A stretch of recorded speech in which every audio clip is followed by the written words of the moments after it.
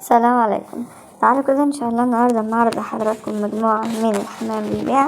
المجموعة كلها بصراحة متميزة، كلها صغيرة في السن، وطبعا ده بيميز الحمام يا جماعة. الحمام بيفرق سعره في إمكانيات فرد الحمام كمستوى، وكمان سواء كان كبير أو صغير، ولو شغال هل كان شغال حضان عند صاحبه ولا شغال بطبيعته. الحاجات دي كلها بتفرق في مستوى فرد الحمام وكمان في سعره. فعشان كده الناس ما تسترخصي او مش مهم فرد الحمام يكون رخيص عشان تلجأ او تحاول ان هي تشتري من اي مكان بالرخيص وخلاص. اول جوز معانا النهارده الجوز الحمام ده حمام كينج ما شاء الله، مستواه كويس جدا. الذكر والنتاية عليهم اخر ريشة. الذكر لسه مسقط الريشة اللي كانت عليه، لسه عليه ريشة واحدة، والنتاية ان شاء الله ممكن على اخر النهار تسقط الريشة التانية. يعني الذكر والنتاية لسه عليهم ريشة واحدة، لسه عليهم ريشة واحدة. يعني ممكن حضرتك لو اهتميت بالحمام بالتغذية والحاجات دي كلها يبيض عندك في اقل ان شاء الله من شهر. الجزء اللي بعد كده جزء من الحمام الكينج برضو، بس دي زغاليل معتمدة على نفسها، زغاليل معتمدة على نفسها. مستواها بصراحة كويس جدا، وكمان انتاج الاهالي برضو كويس جدا. ده هنا الذكر اهوت بدون اي تزييف في التصوير. الناس بتصور الحمام بطبيعته، حاجة ما شاء الله تبارك الرحمن، بصراحة حاجة ممتازة. حمام مستواه كويس. ده انا عاوز اقول لحضراتكم ان سقط ريشة، يعني بدأ ان هو يدخل في مرحلة الشبابات. يعني جزء حمام ان شاء الله اعتمد على نفسه اعتماد كلي، بدأ يدخل في مرحلة الشبابات، يعني خلاص عدى مرحلة الزغاليل. ان شاء الله يقدر يتحمل صدمات الاجواء وصدمات الجو، وان شاء الله ربنا يبارك بصراحة للي هيكون له نصيب من الحمام ده، لانهم مجموعة بصراحة كلها ممتازة ويميزة ان هي لسه صغيرة في السن.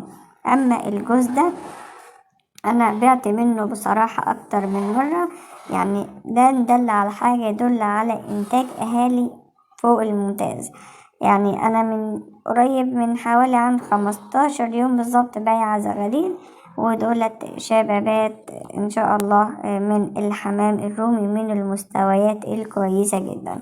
صاحب الحمام ده بيبيع عند حمام على طول، مستويات الحمام بتاعته كويسة جدا، وكمان الزغاليل بتاعته فوق الممتازة. كان حد تواصل معايا قريب لسه واخدهم حوالي من 15 يوم، وكان سأل لو فيه تاني ممكن اخد. هو الجوز ده جوز شبابات ما شاء الله. يعني فرد الحمام لما تيجي تمسكه وتبص عليه تلاقي فرد الحمام جسمه مليان، والحمام اللي هو زي ما قلنا قبل كده افضل انواع الرومي اللي هو بيكون كينج مع لاحم، ده افضل انواع الحمام الرومي. مستويات عالية، وفي الانتاج للناس اللي بتسأل بيكون افضل انواع انتاج الرومي اللي بيكون كينج مع لاحم، بيكون حجم زغلول ما شاء الله كويس جدا، وكمان انتاجه بيكون عالي جدا. الجزء اللي بعد كده جزء من الحمام الرومي على روماني. ميزة الحمام ده ان هو واخد مواصفات الحمام الروماني، وفي نفس الوقت برضو يعني الطول بتاع الروماني، وفي نفس الوقت برضو مش طول وريش بس، لا ده بيكون واخد برضو جسم الحمام اللي يعني بعض الناس بتسميه متلت، بعض الناس بتسميه تلتينات.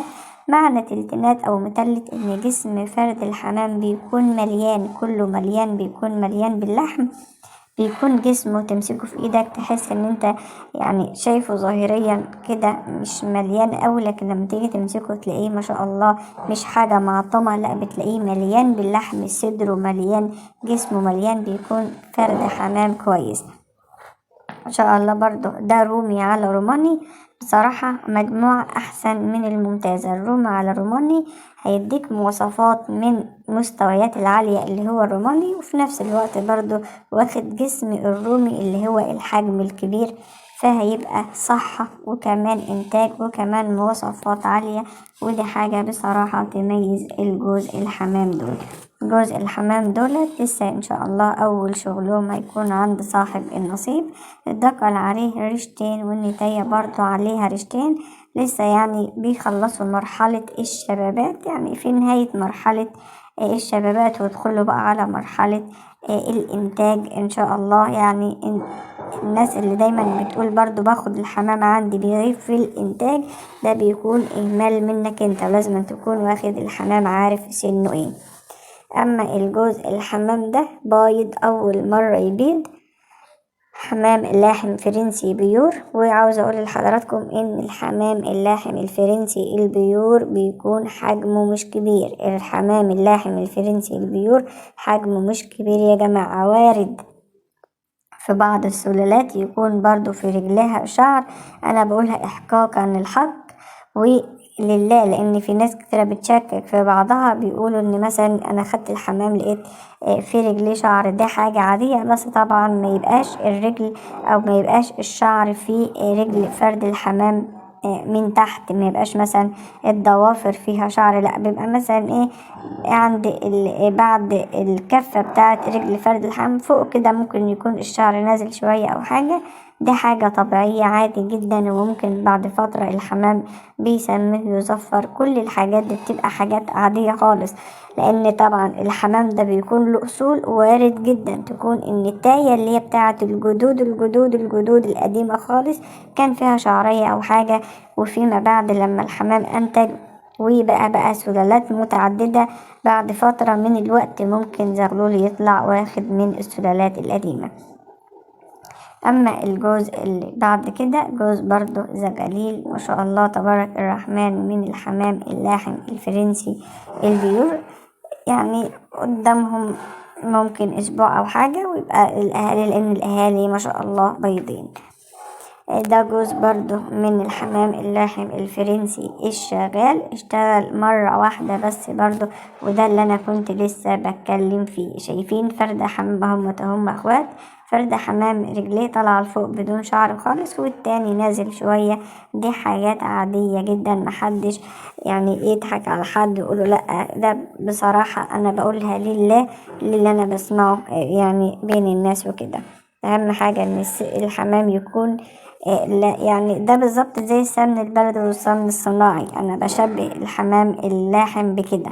حمام اللاحم مش جسم كبير ومش الزغلول كيلو خالص زي ما بعض الناس بتقول برضو. انا عندي الحمام اللاحم اللي هو الاستيراد الاصلي، احنا يعني يمكن اول ناس من المنصورة كان عندنا الحمام اللاحم الفرنسي ده. ودول جوز برضه من الحمام اللاحم الفرنسي أول شغلهم، ممكن تشوفهم في الطبق تحس إن حجمهم كبير لكن مش بيبقى حجمهم كبير كده. الحمام اللاحم الفرنسي بيكون بالظبط أكبر من البلدي حاجات بسيطة، ويعني جسمه برضه أكبر من الزاجل حاجات بسيطة. بيتميز الحمام اللاحم في إيه؟ في الطعم يا جماعة، اللحم والإنتاج الغزير. اللحم بتاعه بيكون بصراحة طعمه ومذاقه كويس جدا بالظبط. كلنا عارفين السمن البلدي والسمن الصناعي، السمن الصناعي طبعا ما يتقارنش بالسمن البلدي، هو ده اللي الناس اللي دايما بتسألني ما انا ايه اللي يخليني راح اجيب جوز حمام غالي وانا عند البلدي مثلا الزغلول بتاعته ب100 جنيه او يعني على حسب ما بتجوها، انا مش عارفة اقول لحضرتك بالظبط. يعني لو جيت تقارن بقى بالسمن البلدي والسمن الصناعي، ده ممكن نقدر ست البيت تطهي بيها في البيت، ودي ممكن، بس ده حاجة ودي حاجة، ده صحة تانية خالص وده أكل تاني خالص بصراحة. الجوز اللي بعد كده برضو جوز من الحمام اللاحم الفرنسي، برضو أول شغله إن شاء الله. الحمام كله بصراحة مجموعة كبيرة جدا من الحمام، كلها مستويات، أنا شايفة إن هي مستويات عالية وشايفة إن هي كويسة بالنسبة للسعر، عشان بعض الناس بتدي أسعار وخلاص. السعر يا جماعة ممكن فرد حمام واحد يكون ب2000 جنيه، أنا مش بتكلم طبعا عن أي حاجة، بس أنا بفهم الناس اللي دايما بتراجعني في الأسعار. ممكن فرد حمام يكون ب2000 جنيه وفرد حمام تاني يبقى ب50 جنيه. ده بيكون على حسب مستوى فرد الحمام، بيكون على حسب أصوله، بيكون على حسب نوعه. فرد الحمام بيختلف من فرد حمام للتاني. ده طبعا مش معناه ان انا بدي اسعار هنا في اي حاجة من اللي انا عرضتها، بس انا بدي مثال للناس لازم تكون فاهمة.